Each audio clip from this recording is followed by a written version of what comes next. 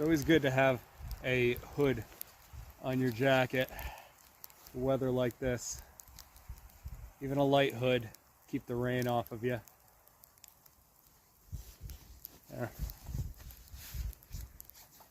There, do I look cool? No? Okay, I'll take it.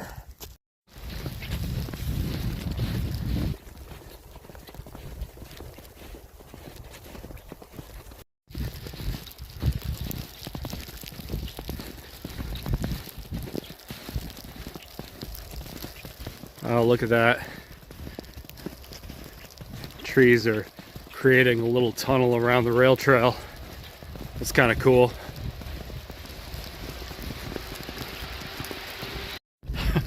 Yeah, so this sleet is coming down. I'm getting pelted. Oh man, I'm glad I've got this this hoodie on my jacket. The jacket's it's like a 511. I don't know, wintertime patrol parka. I don't know, it's a 511 parka. I got it from work. It's great for weather like this because it's got a bit of waterproof property to it. So, you know, with the weather being, you know, maybe it's freezing, maybe it's wet, maybe it's snow. I don't know. It's good for this. It's also layered, so you get the insulation factor. Yeah, so glad I wore this today.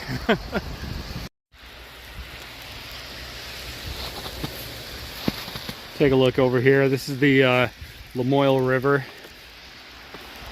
This is after the ice has broken up. That happened, I think, about a week ago. This place was all jammed up with ice, and in the background, you can see a bridge right out there. I'm not sure if the trail is going to be covering that direction or not, but we'll see. We're walking in that general direction. But this is the river. It's great during the summertime. You could canoe it or get on an inflatable or something. We did that last year, and it was really kind of fun. So yeah, water looks pretty pristine today. I mean, I'm not going to go for a dip in it, but it looks pretty cool.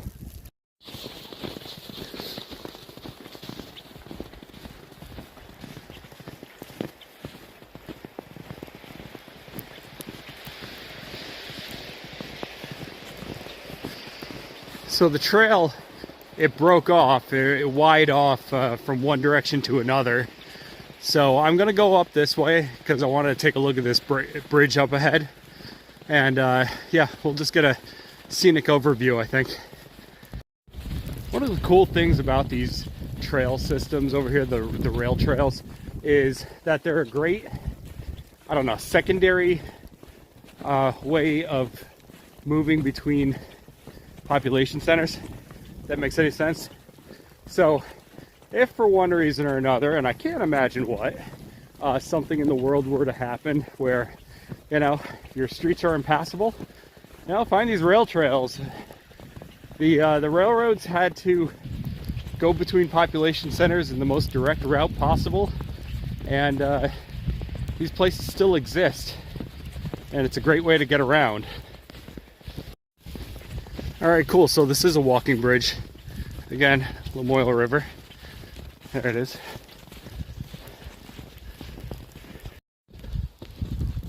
All right.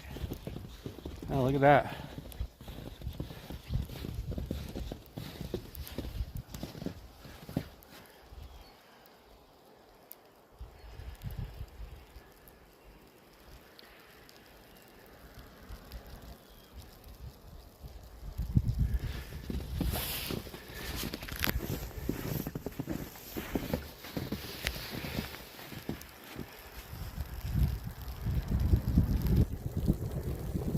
Whew.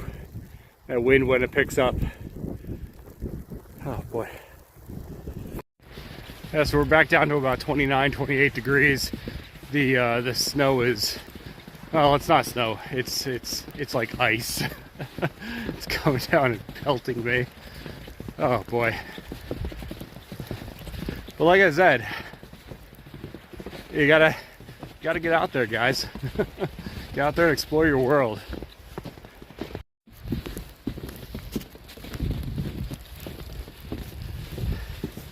The mountains look so foggy and smoky. This storm that's coming through. Oh guys, I think I might have found something cool. I can't believe I didn't see this when I first made that fork in the road. Here, let's turn us around and take a look at what I spotted. Check that out. You guys see it? Let me zoom in a little bit. I think we got a covered bridge. Let's go check out that covered bridge. It'll at least give us shelter if nothing else. All right, come along, guys. Let's go.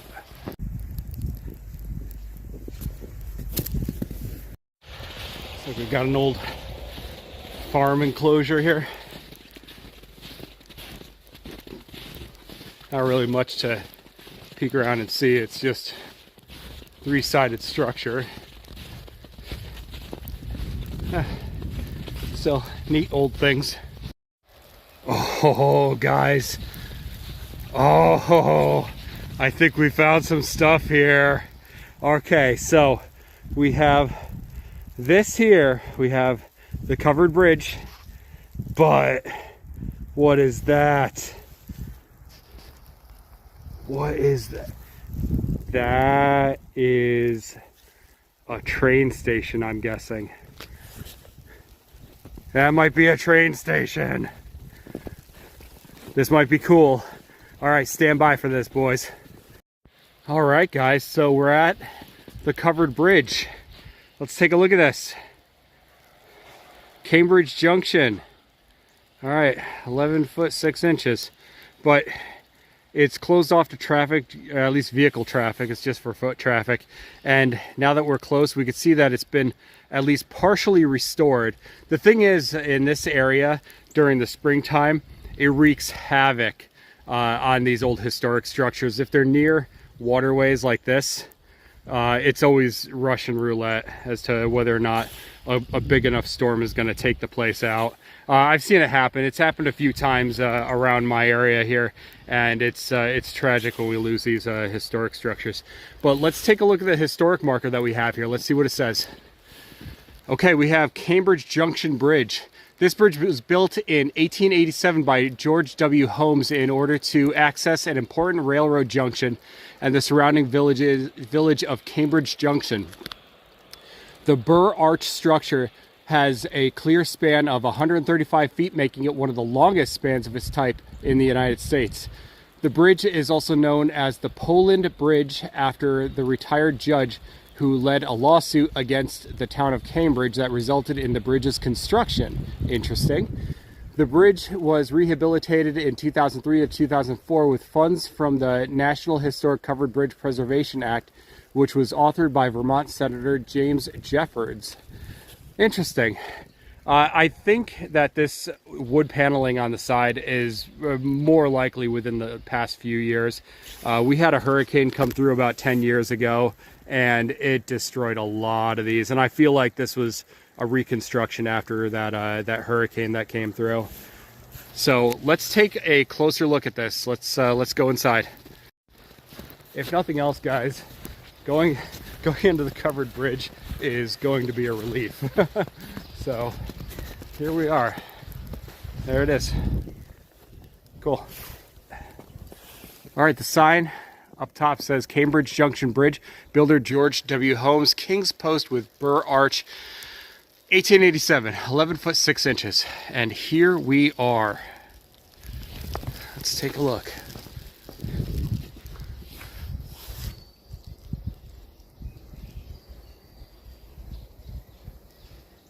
All right, very cool. And already being inside here, this feels nicer. Let's take a look at these huge bolts that are holding that wood together. That's really something. The size of these going across here and back down. Wow. Yeah, I could see with the narrowness of this, you wouldn't want to have anything You know, larger than 1930s, 1940s era motor vehicle coming through this. Let's see what this sign says. Oh, okay, cool. It's a plaque that recognizes the unsafe condition and closure of this covered bridge. Okay, in 1993, along with the need to preserve these Vermont historical wooden spans, was the driving force behind the formation of the Vermont Covered Bridge Society, incorporated in February 2, 2000. U.S. Senator Jim Jeffords of Rutland, Vermont, was instrumental in securing federal funds used to restore the bridge, which reopened on July 4th of 2004. Yeah, that's really commendable. Really cool. Really cool saving these historic structures.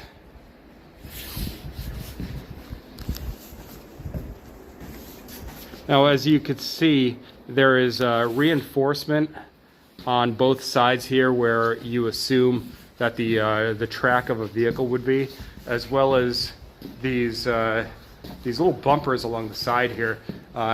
On one side of this would be a great way for pedestrians to walk by an older car, and you can see a little bit better there. Like this path that I'm walking on looks like it was basically designed for foot traffic. Let's take a quick look down this way. Hopefully I don't lose my phone. Whoa, you can see the water down through there. Let's see. Good. Oh, there it goes.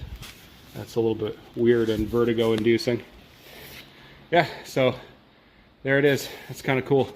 And you can see this arc going across, this wooden arc going across the span of the bridge. That's really kind of cool. Yeah, I dig that. Yeah, I dig that. Wow.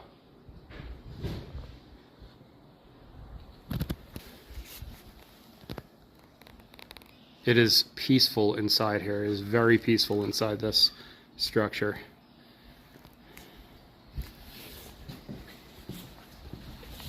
Let's take a look out the windows here. Of course, you got these big open windows to let some natural light through, so it wouldn't be completely dark inside of this. So, yeah, it would be quite dark inside of this tunnel without letting some natural light through. Let's take a look through the other side here. All right, we're gonna walk back in the driving lane.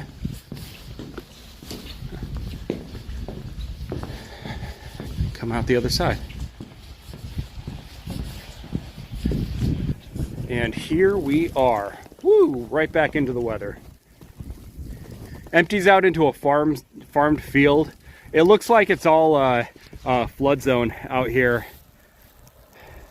Yeah, actually, when I went tubing this past summer, we parked over there, and we got picked up over around here. So yeah, it's really cool. Yeah, naturally somebody has to screw it up. Don't put graffiti on historic structures. It's very not cool.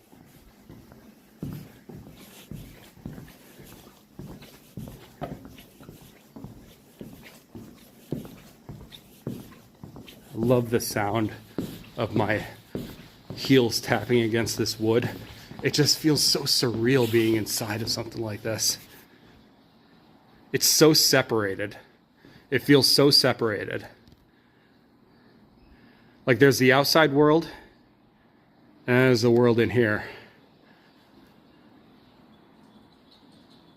It's peaceful. It's really cool. Talk about weird and surreal. What is this? I mean, it's a real train station with fake trains. What kind of meta is this? All right, let's go take a look at this. Okay, what is this? It's like a little mini museum or something. We got these old chests, these old travel chests right out in the front. That one's made out of metal. This one's got metal with like scalloping on it. That's really kind of cool.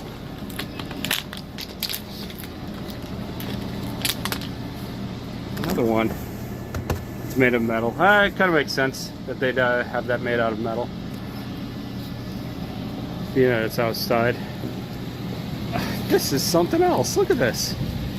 It's like little picnic tables here in the shape of a train car. And you got the in here for the kiddos. Isn't that something? Alright guys, I'm not going to read this whole thing here. But yeah, here it is. So the area where you're standing now looked very different a few hundred years ago. This part of the rail trail was once a bustling train stop with a nearby train station and many more buildings and services that supported the railway. See how different the landscape looked in 1910 in the large photo on the other panel. Okay, cool. So let's take a quick look over here. This is Edward Manchester's blacksmith shop. Get out of the glare there.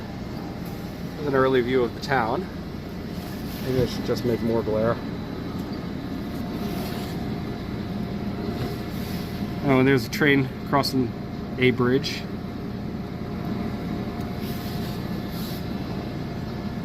Huh. Wow. Well, that's a neat little fun fact. The tallest man, Harrison Sinclair, was station agent for 19 years. Huh. Man, trains are cool. I once wanted to be a train cop. I thought that was like one of the last like cowboy forms of law enforcement that you could get into, and it's you know, off the beaten path, kind of a career path in law enforcement. I kind of like that. Here's the bridge when it was open to traffic. And that's during its construction. Hello, conductor. Okay. Alright, cool. Let's take a look at this. You are here.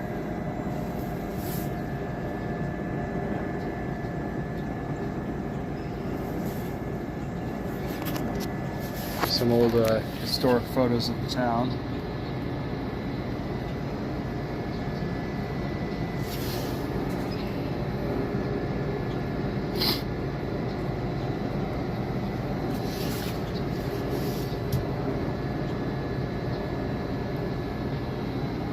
Oh, series of tragedies in the early 1900s here. A blaze was discovered around 9:30 a.m. apparently from an overheated furnace. Happens up here. A bucket brigade from the nearby Lamoille River was hampered by negative 32°F temperatures that day. It gets that cold around here, guys. The only rooms saved, along with some important papers, were the waiting room, ticket office, post office, and freight house. Wow. And let me tell you, out here, you are SOL. There is not infrastructure like more civilized parts of the country out here. This is it. This is all you get. Is us goofballs saving you. Okay, the flood of 1927. The rain began in late evening on Wednesday, November 2nd, and continued all night. Early the next morning, the rain was heavy and continued all day until dark. Relief didn't come until noon, November 4th. Wow. By that time, 6 to 8 inches of rain had fallen in a 3-day period. The flood of 1927. Wow. Yeah, that's really something. This is what you get for trains, guys. The covered bridge line. It even has a little caboose. Isn't that something? Yeah, I might come back here during the summertime. See what this place looks like otherwise. Yeah, that's cool. Here's a view from the other side of this side. Looks a lot more weather worn. If that's not original wood, which I doubt that it is, I'm under the impression that this is an older restoration on this side. We could see the original footing over there. Yeah. And luckily today, the river is pretty peaceful. It's not raging. It's not over flooding. Yeah, it's pretty cool. All right, let's hit the road, guys. Hey, so this was something cool and kind of unexpected. I had an idea that there would probably be historic structures out here, being that it's a rail trail, and you know, being that it's an old railroad, you know, there would be, it would stand to reason that there would be things out on it, because you know, we build towns along rivers, we build them around roads, we build them around, you know, railroad lines. So where there would be a railroad junction, it would stand to reason that there would be some kind of historic things around. So I'm glad I came down here, and I'm glad I got a chance to find these places and showcase them for you guys. Again, like, get out there and explore your world. It doesn't need to be something big and epic, but there's a lot of cool things out there if you just open your eyes and take a look around. And I hope this inspires you to do something like that.